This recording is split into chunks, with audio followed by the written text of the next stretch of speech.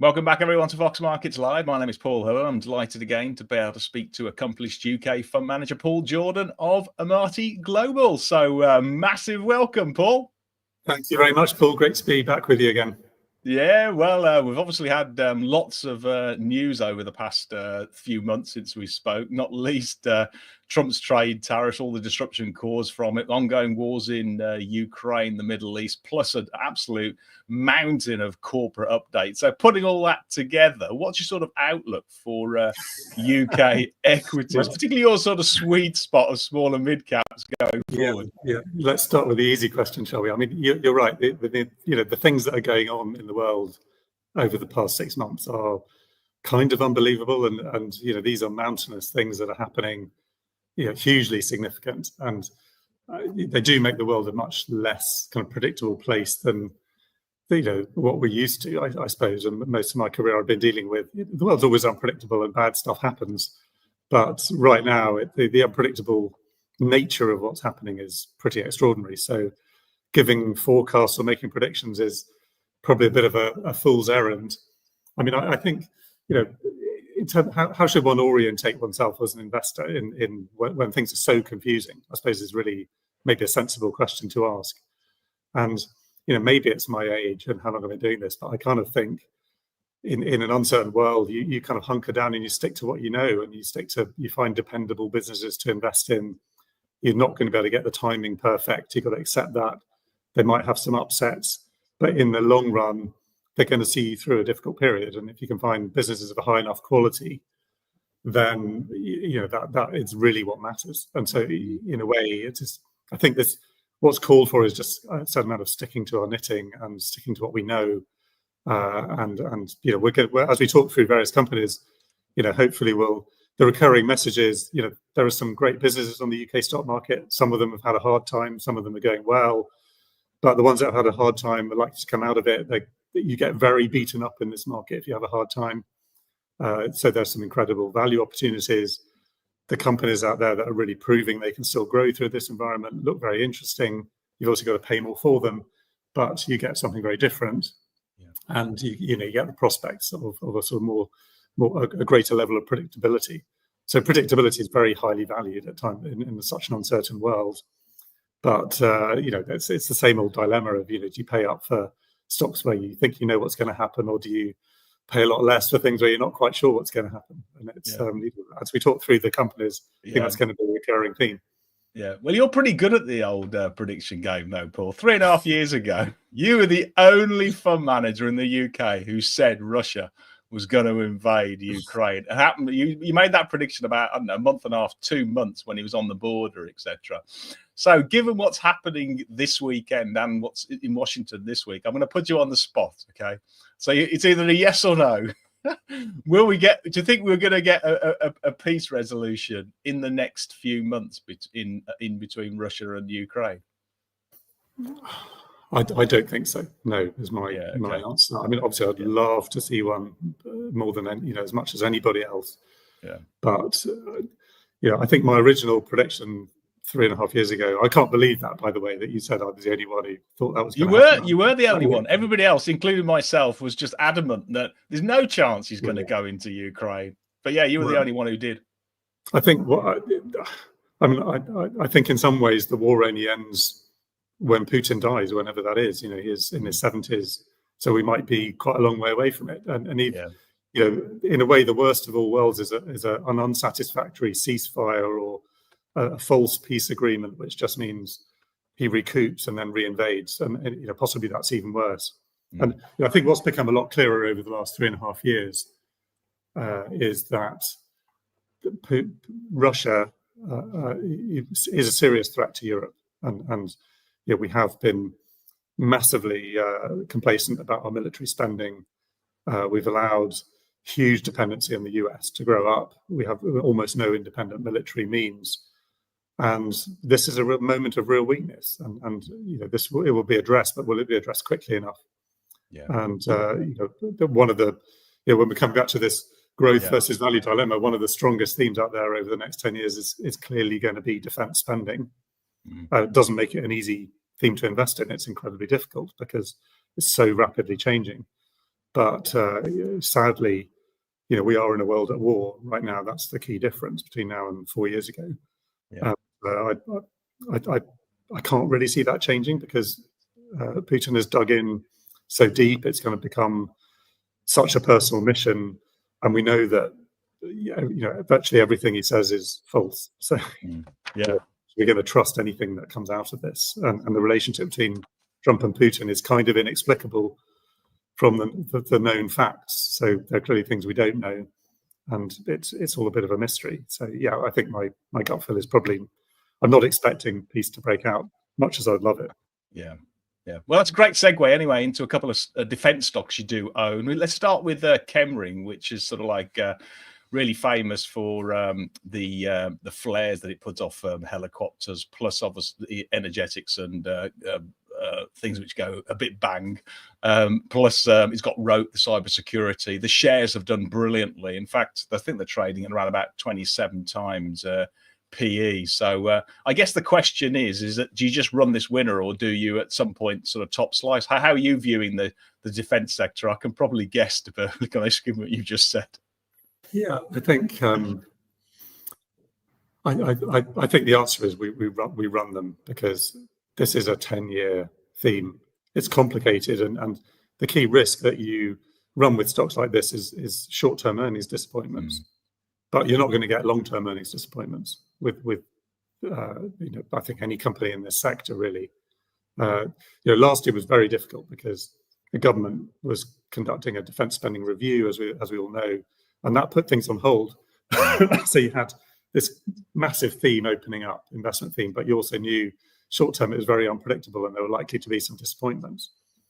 As it turned out, the sector's muddled through that pretty well, and is re-rated very significantly upwards. But the kinds of things that Chemring has are just, I suppose, classic defence quality, really. And in particular, well, when I first started looking, it was a colleague of mine who sort of switched us onto it and said, "Oh, this looks really interesting." And I was just doing a review of the accounts, and the thing that jumps out at you first straight away is the incredible book-to-bill ratio in the company, and that's what you'd expect of long-term spending budgets just ratcheting upwards. And in the more recent set of accounts too, I think the book-to-bill ratio went over 2 times. And so this is why you want to run these kind of companies, because while the stock market is pretty good at discounting next year's earnings, it's very bad at discounting earnings in 5 years' time, let alone 10 years' time. So if you've got what you think is a really good long-term growth trajectory, and this is we're not talking about technology type growth in one sense, and it's going to be like 10 times bigger in 5 years' time. It's not that kind of growth trajectory, but just very steady, substantial, significant growth. And Chemring is one of the few really pure play defence technology companies that are on the UK stock market. And so you've got to ask, really, how long is this company going to remain independent? Yeah. And clearly there was a kind of prospect of a cheeky bid really last December. Thank goodness that didn't materialise.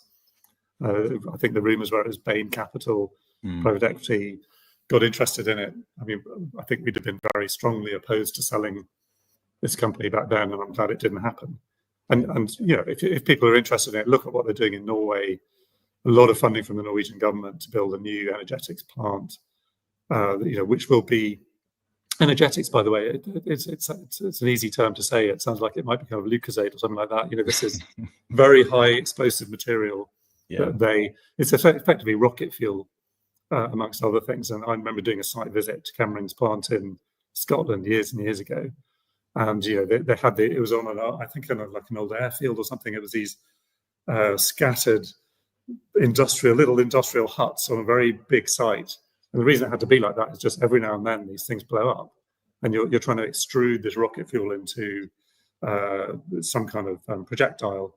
Yeah. And you've got to compress it, push it in. It's like they look like candles actually, but they're candles. If you want to light the fuse on this candle, it's kind of burns in under a second.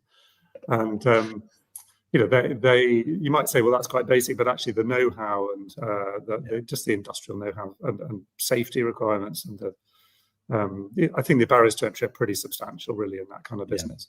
Yeah, the certification to be able to supply those into the military. I mean, you can't just rock up there and decide, okay, right, I'm going to have my own explosive factory. That's for sure. No, and we might have also said, well, why on earth do we need these things? And clearly, it didn't look like we did 10 years ago, but now it's obvious. And of course, the other side of their business, Roke, is super interesting as well. Yeah, and it gets you into drones and AI and high cyber intelligence, electronic warfare, all those kind of things, which we also know from what's going on in Ukraine. That is how important those areas are and how rapidly moving they are. Yeah. No, I mean, I think their strategic aim is to double revenues over the next 5 years to get about $1 billion. I think they're running at about 540 million at the moment. I mean, if they do that, the 27 times is going to look very, very cheap in 5 years' time. So I'd be very surprised if they don't do that. Yeah. Okay, another one in that sector. We've got Qinetiq, which does more sort of like services into the MOD, into the military, sort of robotics and stuff like training and all this sort of stuff. I think it had a bit of a blip at the end of last year from the Strategic Defence Review because short cycle defence contracts were being pushed to the right. Shares, though, have recovered very strongly since then. What's your like? Is it the same sort of thing on this one? It is. It's slightly different, only in the sense that this one came out of the MOD, it was the MOD's research department. So there is a golden share. It's not going to be taken over. They made an expansion into the US, which didn't go as well as they'd have liked, but in the long run is clearly the right thing to do. But if you look at their businesses, they're going to be lower margin than something like Chemring because it's a more regulated kind of margin that they have. It's always going to be like 10% operating margin.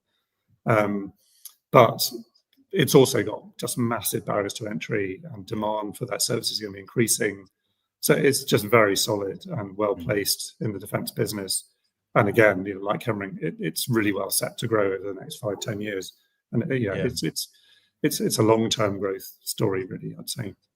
Yeah, it's only on a 16 times PE compared to 27, so it's a bit cheaper. If anybody wants to ask Paul any questions, please put them into the chat box, and I will read them out. We've got one from Joe Vieteski. He's asking about the marine oil and gas services company, Ashtead Technologies, that was a bit of a darling, I think, not long ago. The shares have come off, as all oil and gas and renewable services businesses. What's your latest on this one? Is this a buying opportunity? I think the answer is yes, it is. I mean, this is I'd say a fabulous business. Very well placed long term. You're absolutely right. It was a complete darling. AIM stock had everything going for it. Which has got very well rated and justifiably so. And then, actually, the biggest sort of dampener on it is a short-term factor. Really, they had a revenue warning, which was very unexpected at the last set of results, and they'd sort of been kind of telling everybody that the oil price being low wasn't a problem and that the US business was going to be okay, and they had a lot of confidence. And then suddenly there was a revenue downgrade. Interestingly, not really much of a profit downgrade this year. But the way these things work is the forecast is going to get rolled forwards, and there is more of an impact.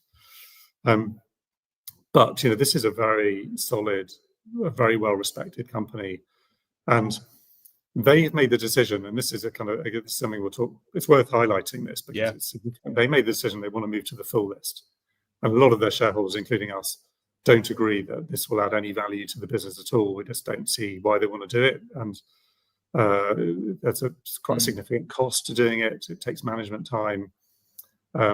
It also just for investors, this is a 260 million market cap company, isn't it? Yeah. So it won't be in the mid 250 for some time to come. We just don't see that it's worth doing. But they've set up their stall, and we've spoken to senior management about it, and they're just completely adamant their mind's not going to change, that this is what they want to do. And so that while that you can kind of just about do that when you've got to change your shareholder base pretty substantially, the IHT funds, which we run, a small one, need to sell out before you do it, and then you rely on other buyers coming in to replace them. And in every company that's done it, it's been a bit bumpy. It's quite a few have done it satisfactorily, but it's a pretty horrible thing to do to your IHT portfolio shareholders because they tend to have to sell at not a great time. And that's depressed the rating. So they went into this revenue downgrade with already having put the shares under a lot of pressure through just announcing they wanted to move the listing. So it's quite technical. It's really nothing to do with the companies trading that. But right now, that's put the shares under a lot of pressure. So, if you can afford to look through that, then I think this is a very interesting moment to be buying it. I do think the business quality is absolutely there and will come through in even not very much into the medium term. It's just this year hasn't gone as well as they hoped. There's actually a couple of big customers delaying some projects, and but they're not going to be cancelled. So I think the business remains on a growth trajectory, and it's absolutely not rated for that. But you kind of need this move to the full list issue to be sorted out. But that will happen in the next few months.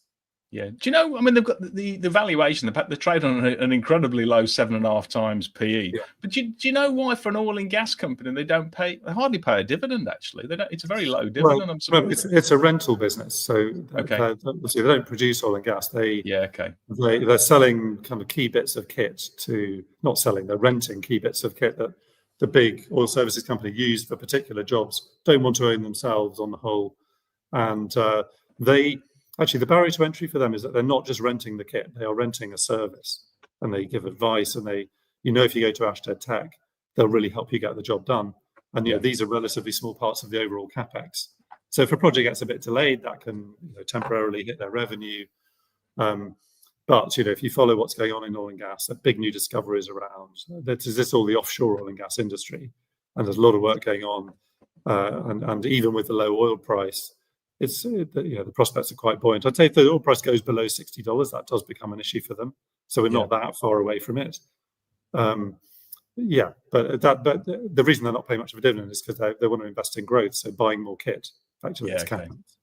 Yeah, good. Okay, well, let's just stay in that oil and gas sector. We've got North Sea oil and gas explorer at Serica Energy, who's adopting the same policy, which I'm sure is getting your wrath as well. That they're going from AIM onto the main market, aren't they?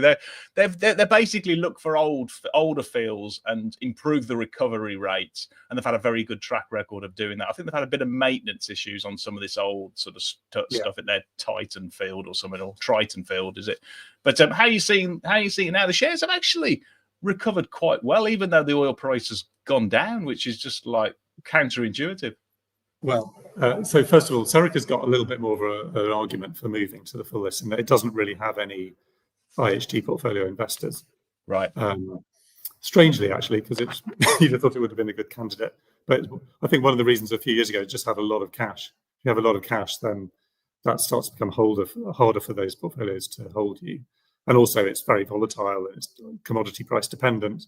But actually, the last couple of years, Serica's share price has really been a function of the tax regime in the UK more than the oil price, interestingly. And that's why it's gone up despite the oil price going down, is because the prospects of some kind of sensible endpoint to this very silly EPL tax regime that the UK has arriving is being a little bit, there's a bit more optimism in the industry that there will be some kind of resolution to what has been a massive set of policy blunders, effectively, and started by the Conservatives, made worse by the current government. Just incredibly little understanding of the importance, just the strategic importance of the UK oil and gas industry. And for people who really sort of follow the energy markets quite closely, this has just always looked just like such a massive own goal to try and destabilize and destroy the UK's oil and gas industry, which does nothing for our green credentials, does nothing to reduce our emissions. In fact, it just puts them up. And maybe it doesn't under some crazy carbon accounting mechanisms, but most people have no interest in those. The fact is, it puts up our carbon emissions. It also, more importantly, it means we're just much more likely to end up buying oil and gas from dictators, whether it was Russia or Middle Eastern sources, or regimes which are not favourable towards the UK, and it's just a massive weakness. And so there's a bit more hope that sense is going to prevail, and actually the fact that the UK government really needs more revenue and tax revenue perversely means they're more likely to come up with a sensible solution to the EPL, which actually is a revenue destroyer for government. Because it's going to shut down the industry really fast. And that's massively costly for the UK taxpayer. I think very few people understand. It seems so counterintuitive, but actually it's huge.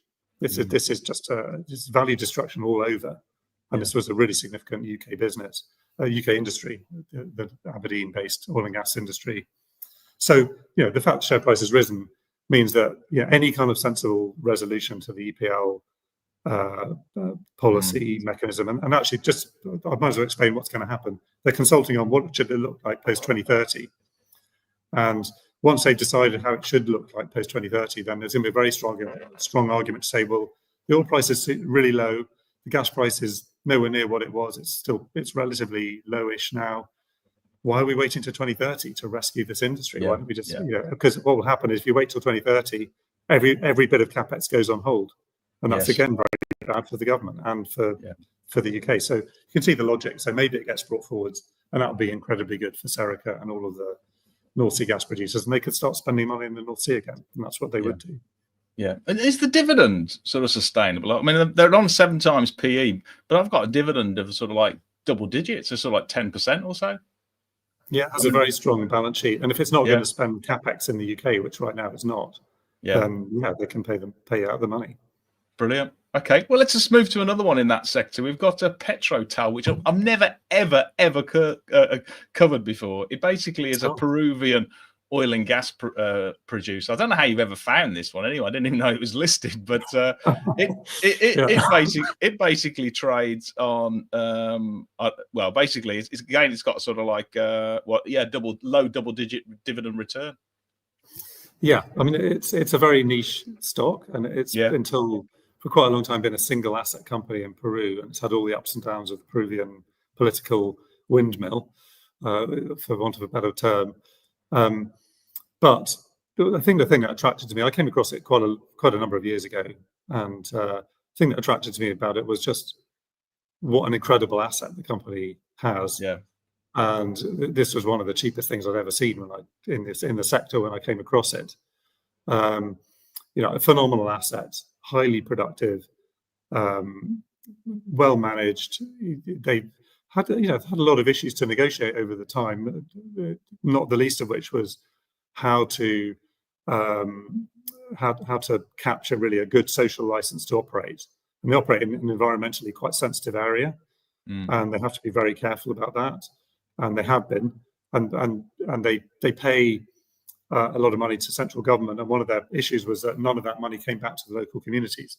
So they actually had to invent a way of building in a royalty from what they do that goes to the local communities. And since they've done that, that's improved their operations a lot. They've got issues with export routes, and they've been incredibly effective at coming up with ways of addressing the challenges. For people who want to look into it, I won't bore you with all the details, but I think I'd say that that's improved massively. They are expanding the asset into adjacent areas. They bought a new asset recently, which is very promising. So it's basically just a really significant little oil producer. Yeah. So, it has some issues, but it has massive cash flow, and that's why it pays a high yield. And I just think it's an interesting, and actually we've made very good money out of it since we've invested in it, which isn't true of everything in this sector. So it's been good, but it's pretty niche and a little bit of a backwater stock. Yeah, no, thanks for that. I mean, well, that's got. I mean, I know it's listed on the state in Toronto as well, but it's sort of $450 million market cap. So it's a decent size, no doubt about it. Yeah. Okay, we've got Lemon Physical. Just move sectors into the technologies. Asking about a company that's been in the news a lot. Big Technologies. They're famous for the electronic tagging of prisoners around the world. They've got a big position, I think, in Australasia, and they've got they're moving into the States as well, and in Europe and stuff. And lots of very good long-term contracts, excellent margins, strong balance sheet. However, could you give us your latest views on how you view this business? The shares have dropped, obviously, because of the litigation risk. Yes, I think. Where did we start? I mean, the most important place to start with this company is that there is a fabulous business in here. Yeah. And they have the best technology in the world for prisoner tagging. I find it a complete mystery, really, why governments, and in particular our government, because that's what I know about, doesn't make massively more use of tagging than it does. And actually, I suspect the reason is because they're buying the wrong tags. They're just buying ones that don't work. Yes. And have all kinds of problems and can be just cut off with a pair of scissors. Whatever, and It's so I'm told anyway. G4. Yeah, it's G4S in the UK, isn't it? G4S Yeah, Serco Capita. I mean, they have a bad reputation. I mean, Yeah. obviously, I haven't actually seen their tags, but I know that the Home Secretary got incredibly cross with them very soon after that appointment started. You know, this is actually, there's a big lesson to learn here, and you know, this actually deserves a lot more examination. Why did we end up buying the wrong tags from the wrong company? Because actually, we had the right ones now, you'd be able to have far fewer people in prison. And actually, the big tech tags, one thing that really interests me about them is they can also do alcohol monitoring really effectively. And you think about the how much domestic abuse comes from alcohol problems. If you could let somebody go, part of your punishment, if you like, could be that you're not allowed to drink. And here's a tag that can notify the authorities as soon as you do. I mean, the uses of that, it just jumps out at me. This just seems, as a kind of total layman in this field, I can't understand why these things aren't massively more used in our country. But I'll tell you, I'd love to business. Yeah, I'd love to take that. Yeah, I'd love to take that tag down the pub. I'll tell you, and have a few barges and see how high we could push it. That'd be fabulous fun. Yeah, and you could have people staying in jobs rather than going to prison, but wearing a tag and having you could still have an effective punishment, which is an alternative to prison. And these tags open up that possibility. And surely in the 21st century, we're still using prisons are Victorian establishments, and in so many ways they're massively out of date and very problematic. And we know the condition of the estate is terrible in the UK and so on. So anyway, it's a global business, and they've got a lot of very promising opportunities. They have very high recurring revenues. It's about the long process of getting into government procurements around the world. So we think it's inherently a high quality company. Obviously, it's had every kind of management issue that you could have had, and that's why the share price is incredibly low. So really, this is an option on that being sorted out, and you've got to take a view on new management. What's going to happen with the litigation. The company has something like 90 or 100 million pounds on its balance sheet, so it's in an incredibly strong position. I think it was about to acquire a US company just before all this latest round kicked off, and it's a very good job it didn't do that, because it's just meant that there are no questions over the survivability of this company. So it's a classic kind of recovery situation. How does it find its way back to a situation where it can grow and the value of the underlying business can be recognised? Yeah, and just in terms of that litigation, just indicatively, how much time do you think that's going to take, and any views on what the outcome might be? It was sort of like the word on the street is that it will probably be an out of court settlement, but hey, I don't know. Probably, because these things normally are. That's what it should be. But I don't have any extra insight into over what's in the public domain. Yeah. I think the reason why the UK government originally decided to go with someone else, because they insisted on owning the IP, and I think big technologies refused to sell their IP to the government because they were using it elsewhere for other customers, which is not unreasonable. I also heard that it's because they hired a management consultant to do the procurement. Very bad start. The management consultant said, we're going to separate out the monitoring from the tags. But the whole point about big techs is you save a huge amount of money, because you don't need anywhere near the amount of monitoring of fixing problems, because they don't break and they get cut off. And really they should have put it all into one thing. So big tech actually couldn't prove how much money they were going to save, because they just said, well, anything you can save on the monitoring and the servicing, we're going to ignore that. And that put them in an impossible position from the word go. Yeah.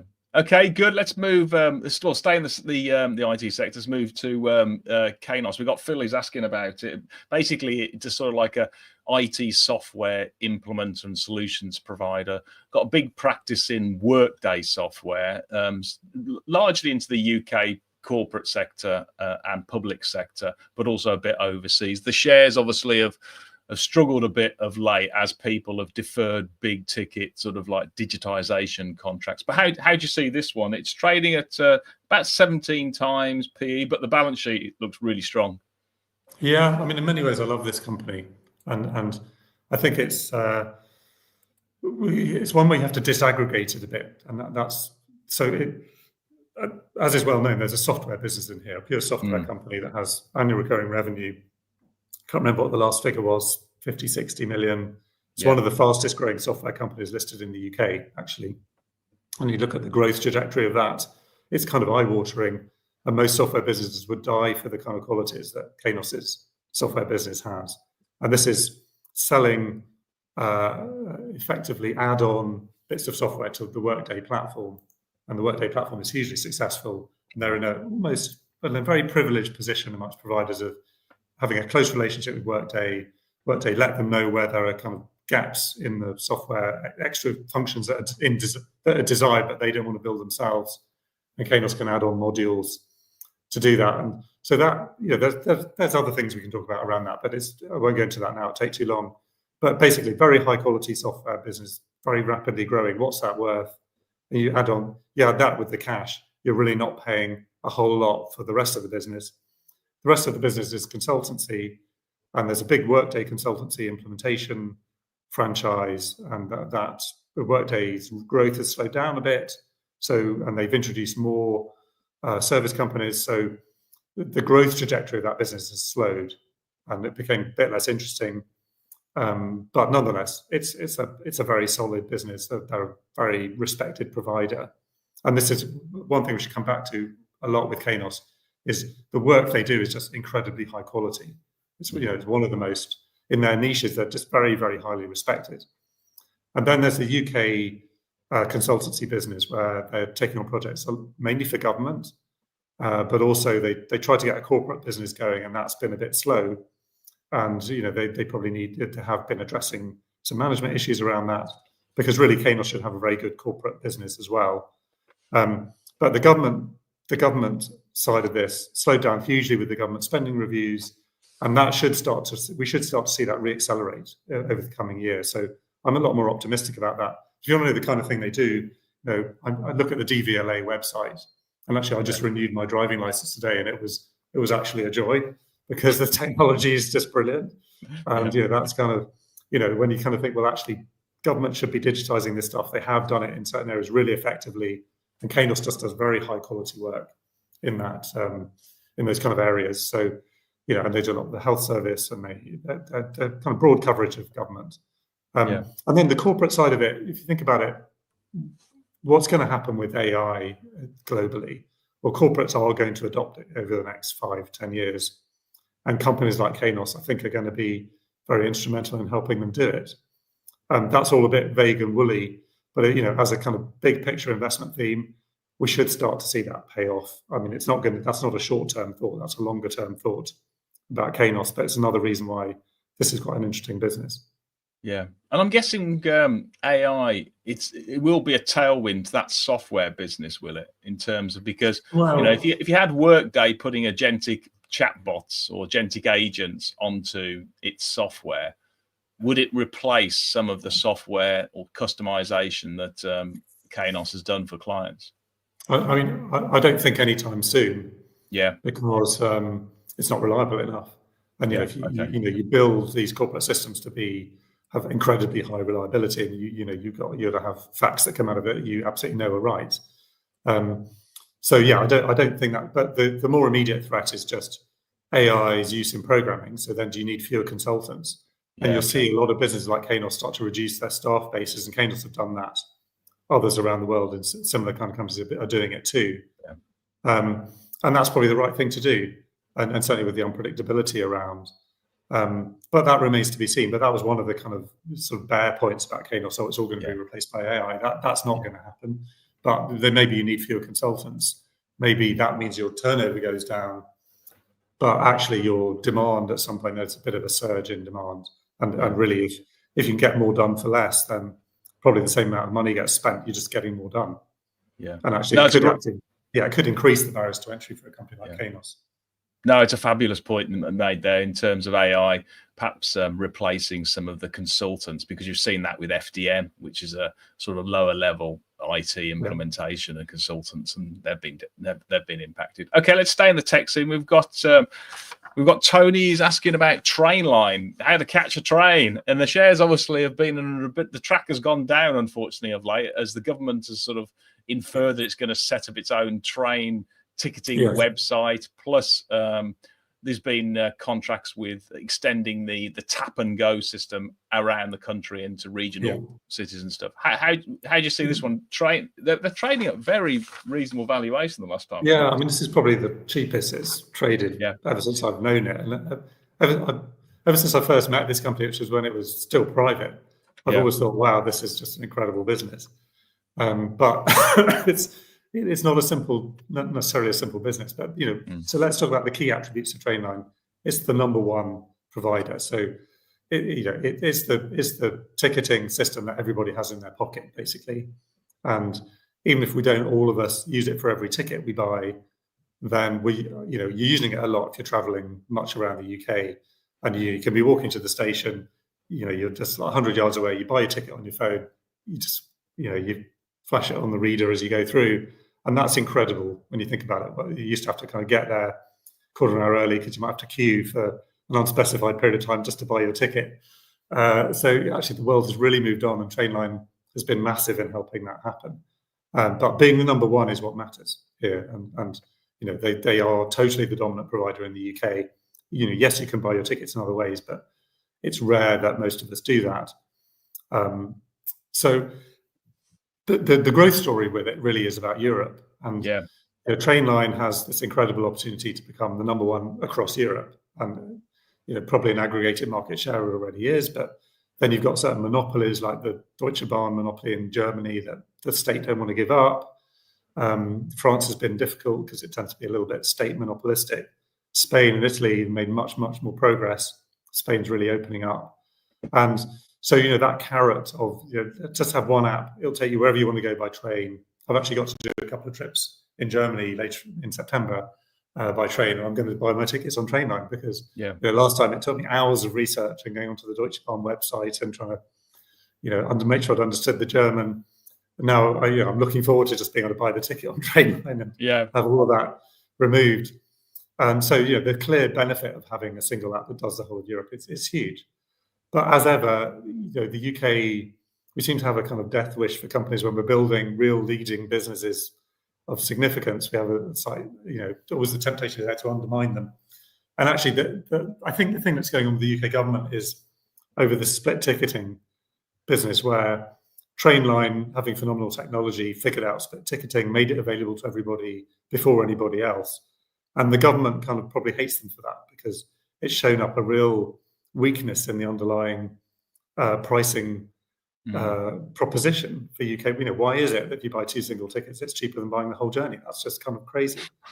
But the civil this is about the civil servants more than it's about government. And so many things about policy are actually about civil servants, not the politicians. We always blame the politicians, but we forget the civil servants are the ones who carry on and have the year-long, the decade-long relationships. So I think there's some civil servants who just don't like Trainline, but it would be crazy to try and replace it completely, to try and aggressively replace it with a government-owned system. Obviously, the government wants its own system. That's fair enough. But they're going to have to recognise that people tend to stick to what they know, and having such a strong brand as Trainline, it's very hard to see that being really displaced. And how much money is the government going to spend on building this? Trainline's platform costs hundreds of millions. It feels so simple, but the scalability and the simplicity of it is very deceptive. It's simple because it's extremely good and just very, very well set up and expensive. Yeah. So a lot went into creating that. Is it really right for the government to try and spend 100 million plus to build their own one? I don't know. So but it's a medium-term issue anyway. And in the short term, I think we should see continued, really good continued growth. So yeah, but that medium-term risk has always been there with Trainline, and there's always been these unpredictable what's going to happen with GB Rail and nationalisation. How does this all play out? So you are just taking a view that actually the brand and the technical strength of Trainline is going to win through and give them a continued strong position post whatever happening. Yeah. Do they do connecting tickets with sort of like, I don't know, flights or even Ubers and stuff? Because you see Uber trying to now muscle into this game. They don't, and I suppose because there's no real need to do that. Yeah. They're such different things. If you try and mix chalk and cheese, it's people have got different apps and it's interesting how much Uber spent on getting into the market, and the fact that they've got nowhere Really reminds me of when Google tried to disrupt Rightmove's position in the UK property market and basically got nowhere. Yeah, okay. And so you have very big US tech companies coming in. It's easy to think, oh no, they're such big names, they're going to just do it, but actually it doesn't tend to work like that. So it's been extraordinary how little market share Uber has gained by very aggressive price promotional sort of entry procedure. And I suppose one of the big differences well, I don't know this for sure, but they certainly didn't used to have split ticketing. So why are you going to switch? Yeah, good. Okay, we've got a couple of other people asking about. I'm not sure you own these shares, but got Ben Sharma is asking about CT Automotive, and we've got BB asking about Harbour Energy. Any? Do you own those at all, or no? I don't own those, and I don't know them really well enough to. Yeah, no problem. Harbour Energy, I'd say many of the same issues as Serica in respect to UK North Sea tanks. Okay, good. I think well, they've got another one question. We've got David Raywood. He's asking about Greatland Resources, which is Greatland Gold, I think. Sort of miner out in Australia, I believe, if I remember rightly. Quite a big company. I think the shares have done pretty well. What's your sort of latest in the precious metals ecosystem?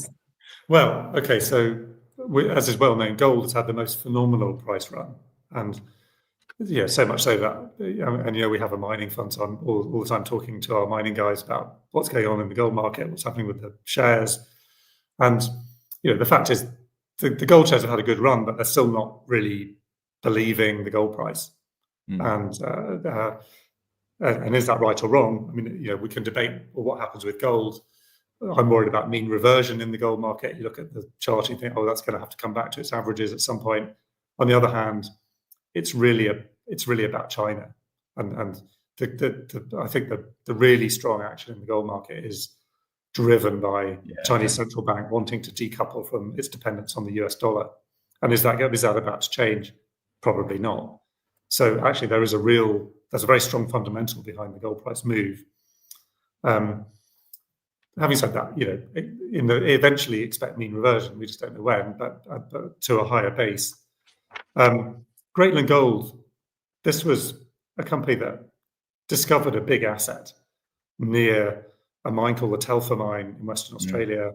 At the time, it was owned by Newcrest, and Newcrest farmed into it, spent a lot of money on exploring it.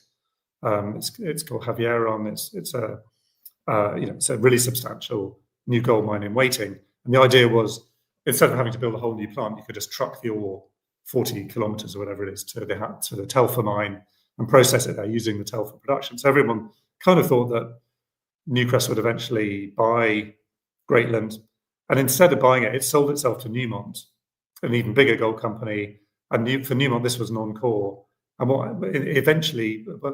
transpired was Newmont sold. First of all, Newcrest pulled out of their farming, so Greatland owned 100% of Javieron again.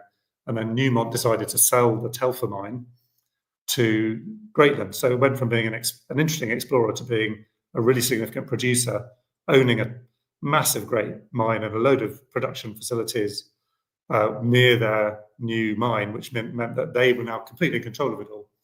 So this, actually, that's when I got really interested in it, because we like to buy producers rather than explorers, and suddenly this was a producer.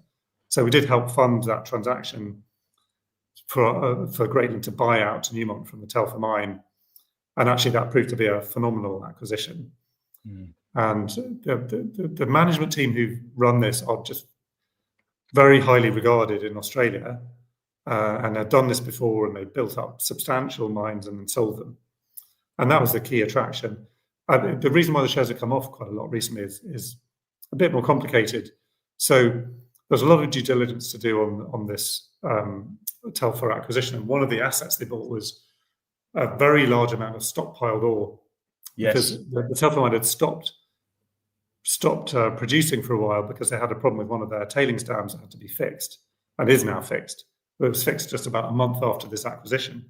So they're stockpiling, just a very, very large amount of ore at surface, some high grade, some lower grade. And the higher grade material had been sampled at 50-meter intervals, and they produced an average grade, or what they thought was an average grade. And what happened most recently was that the management team had experienced a lower grade than they were expecting from this high grade stockpiled ore. and they now want to resample it at 25-meter intervals, and they put out a different range of expectations of what they think the grade's going to be, and that led short-term production to be expectations to be brought down, and the range of expectations has been widened. It's because clearly they don't know what the 25-meter sampling is going to show. So let's have a quick drink. That's all right. So, and that, unfortunately, that happened about a month or two after an Australian ASX IPO, because they re-domiciled to Australia. They wanted to get the big Australian institutions to buy in. And so the buyers at the IPO were kind of upset in Australia, not the buyers like us who funded the acquisition, because we're still actually making a huge amount of money out of this, but the IPO was quite well priced. So it's in a temporary kind of, lots of shareholders are not very pleased with it. But, I think this management team is really top drawer, and notwithstanding what's happened. And they are operationally superb and very kind of prudent, and they do just incredible level of operational skill and diligence over what they're doing. And actually, they did exactly the right thing to come to the market and explain this as soon as they found out about it, rather than wait 6 months and then sort of say, oh, our production's a bit lower and it was all a bit more, it's the right thing to do is tell the market about it as soon as you can. But actually, the more significant thing that they said at the same time is they're going to spend, I can't remember the exact amount, $150 million or something like that on exploration drilling at the Telfer mine, which is indicating that they're very confident they can extend the life of it significantly, by maybe 2-3 years. So this mine has fantastic cash flow because it's a mature asset and fully depreciated. And if they can bring new, more local ore into it, that's just very, very accretive very quickly. Yeah. And especially at the current gold price. So actually, I think they've had a bit of a knock. I've explained why. I think the next things that happen with this should be a lot more positive. And we should start to see some drilling results come through from the local mine. They'll come up with the bankable feasibility study by the end of the year for Javieron. That will then cement the development plan. And this is already a significant producer, but it has a very short mine life right now. That will be extended locally at Telfer mine, and then for 10 years plus once Javieron comes on stream. And beyond Javieron, there's a lot more. There are a lot of exploration assets. So this is like a whole district gold mining company.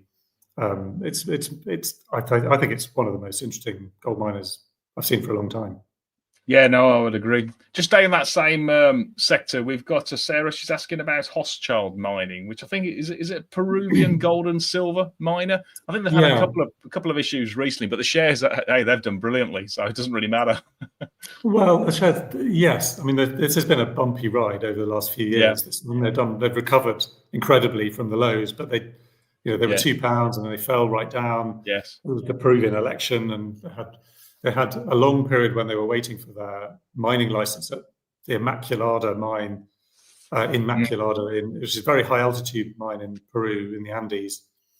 Got shut down by the government temporarily. It was threatening to be shut down, and there were threats over not renewing the license. And in the end, they got a 20-year renewal. So they came through, and that's really what caused the big recovery in the shares. And the Peruvian politics has all settled down anyway from slightly crazy days of 2022. And they developed a new mine in Brazil called Mara Rosa. And that one has the thing that brought the shares down recently, that sort of latest fall, was having to shut that mine down for some production issues. It will get restarted, but that created some uncertainty, really just cash flow uncertainty. The Inmaculada mine's been producing very well. And that's a gold and silver mine. It's been around for decades. And it's one of those mines where it never has that long a mining life, but every time they go and look for more resources, they've always found them.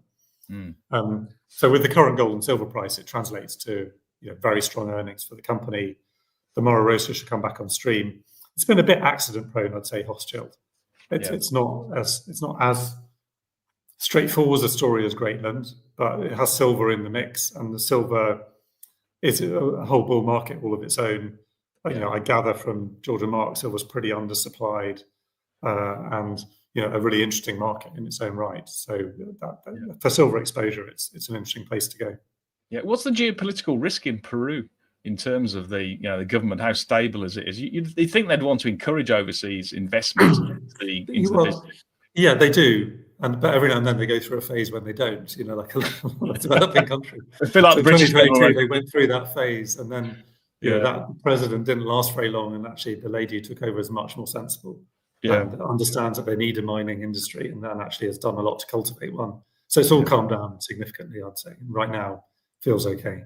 Yeah. Okay, good. Let's go back to the rail tech sector. We've got Alan. He's asking about Tracsis, that again was a bit of a darling, and then unfortunately about 12 months, 18 months ago, started seeing a delay to CP7, I think it is, which is the rail transition. So some of their orders got, and then the US has also started to quieten off a bit as well. But it basically does all things sort of software and technology into the UK rail and overseas rail. How do you see that one going forward? Good, strong balance sheet. Yeah, and this has now entered the territory of being a classic kind of recovery stock potentially. Yeah, I mean, it had a perfect storm. CP7.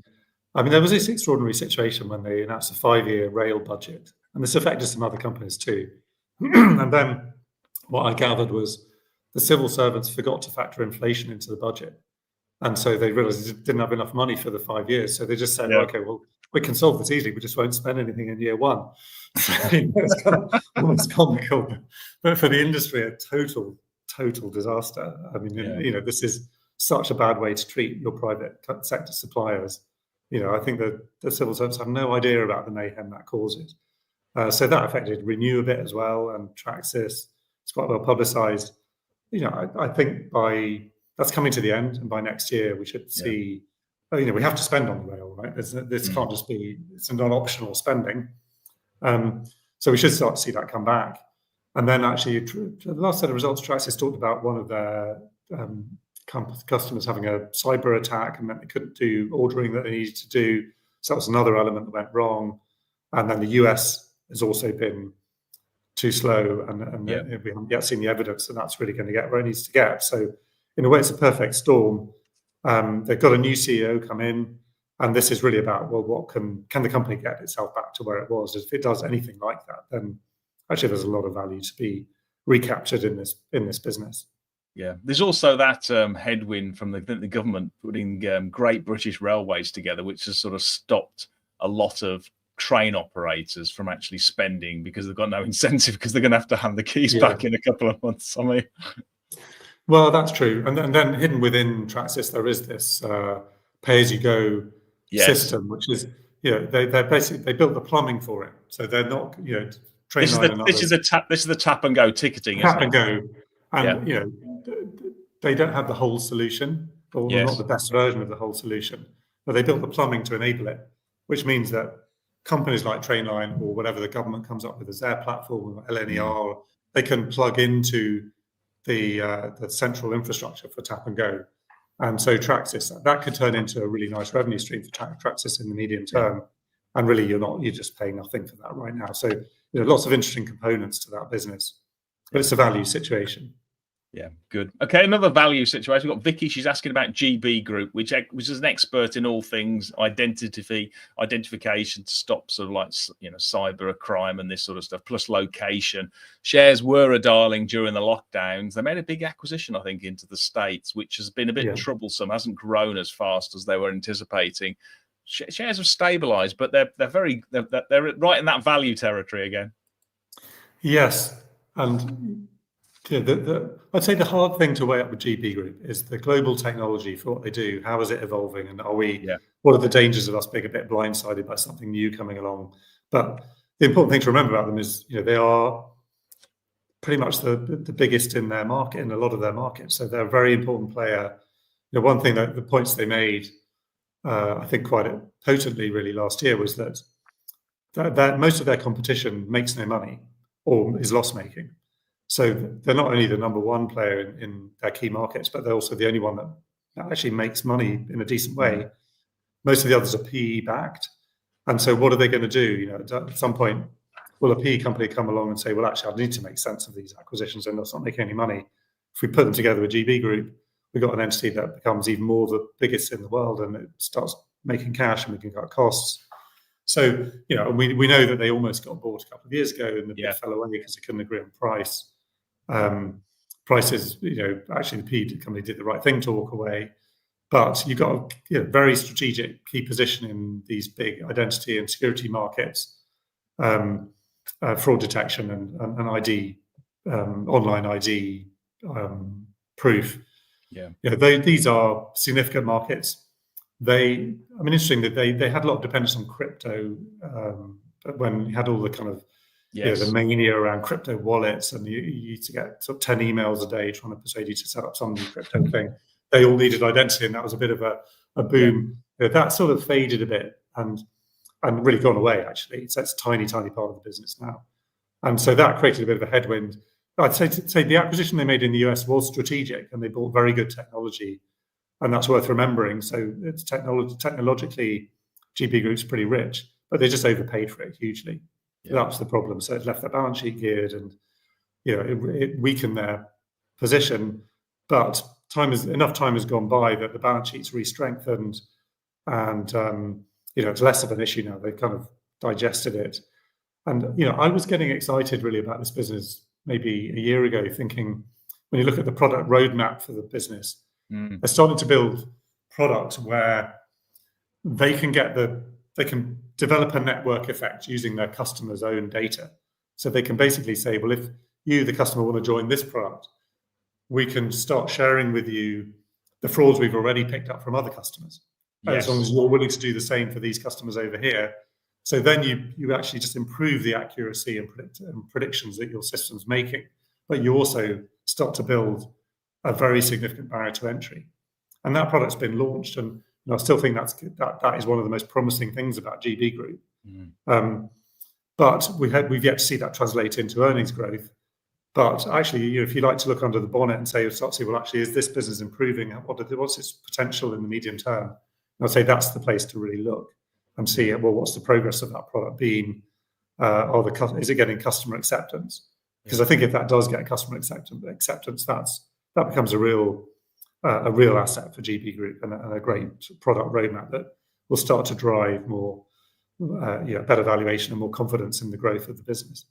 Yeah, no, that's another great point. I mean, and I think being in sort of like cybersecurity or ID, identification, etc. You'd think with AI impersonating so many people to try and break people's sort of like systems particularly on the financial or whatever it is, then you thought they're right in that sort of sweet spot. And the thing which I can't quite understand is that sort of like optically wise, they're saying sort of 5% per annum organic growth top line, and I know you want to sort of like set the bar low and then beat and stuff like that, but you think over time it should be back to a double digit, but yes, I mean, I agree with you, and that's the frustration every holder of this company has, is why is the growth not come through?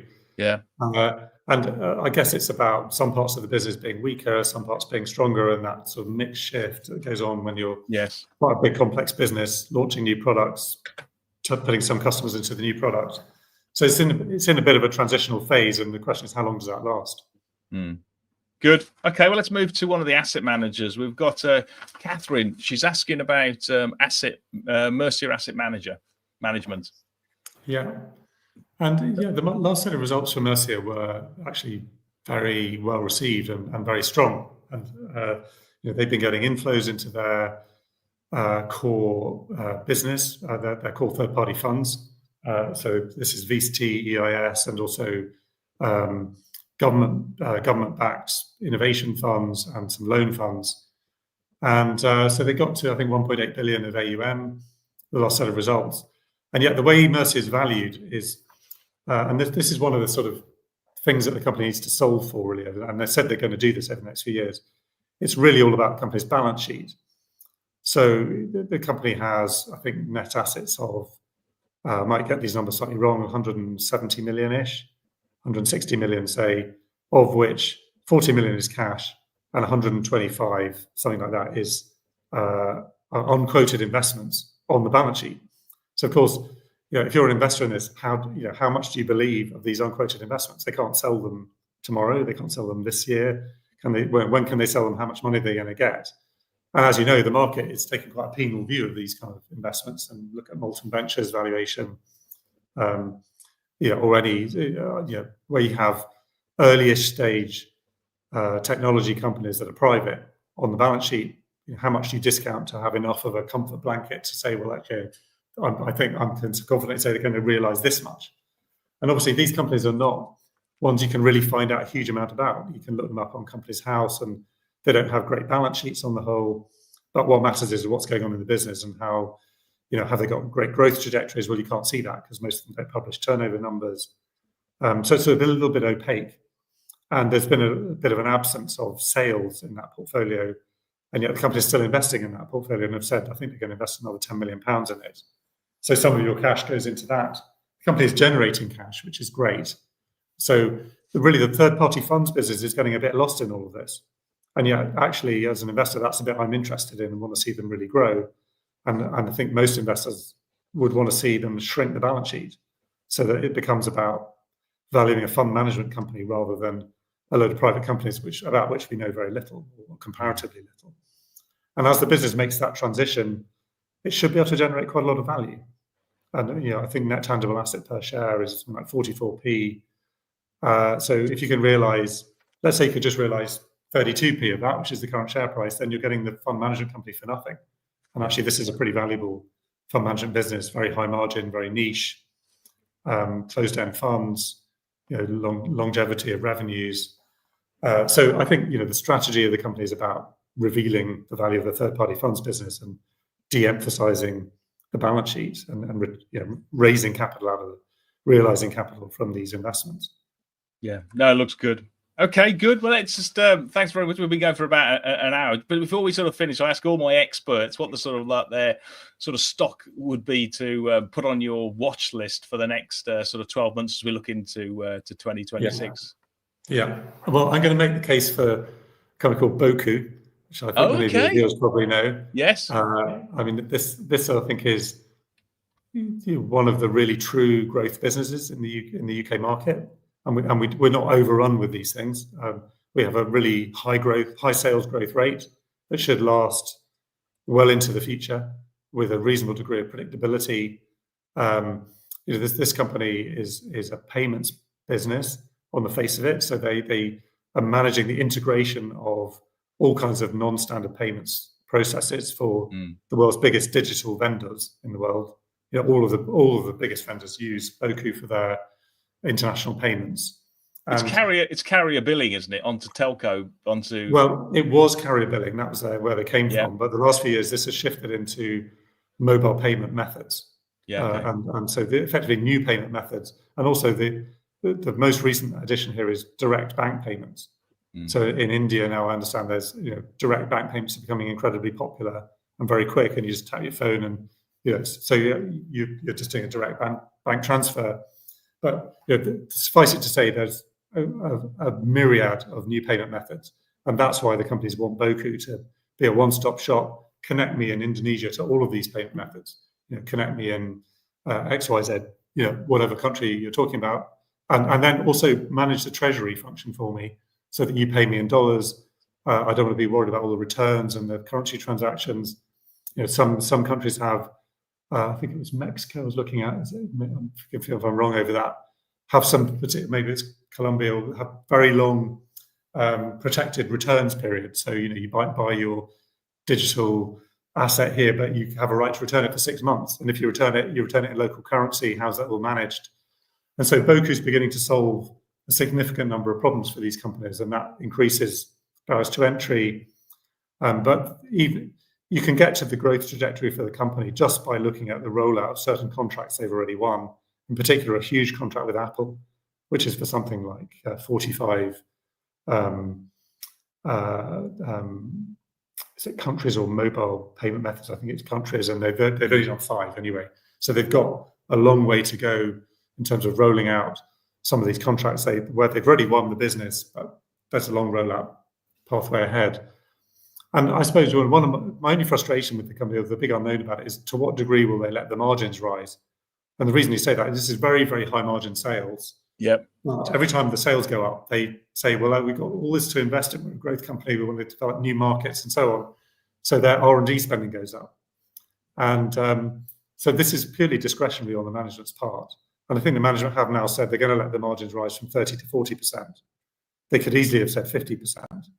But that means they want to keep the spending on growth quite high, which doesn't mean the growth trajectory is lengthening. So, optically, it's going to look expensive on PE ratios. And that's because this is a company which has managed its profits quite down in order to really spend aggressively on growth and developing all of these new opportunities. But I think we'll start to see that growth come through to earnings quite rapidly in the next 5 years. And so, yeah, I think it's just, and one thing to mention here is that to get the full LTIPs, the management have LTIPs, which is not unusual. But what is unusual is that to get 100% of their LTIPs, the share price needs to go over £9. Right. Okay. So that is telling you that they are expecting quite a lot of growth in this business, and they clearly, they still get some LTIP if it goes over, I think, £5. But they get nothing if it stays here. So this management are expressing a lot of confidence in the business by setting out a kind of remuneration incentive like that. Brilliant. Okay, well, thanks very much, Paul. Fascinating idea to finish on that people can have a look at, and very much look forward in touching base again in about 6 months' time. So thanks, Paul. Wonderful. Thanks for having me on.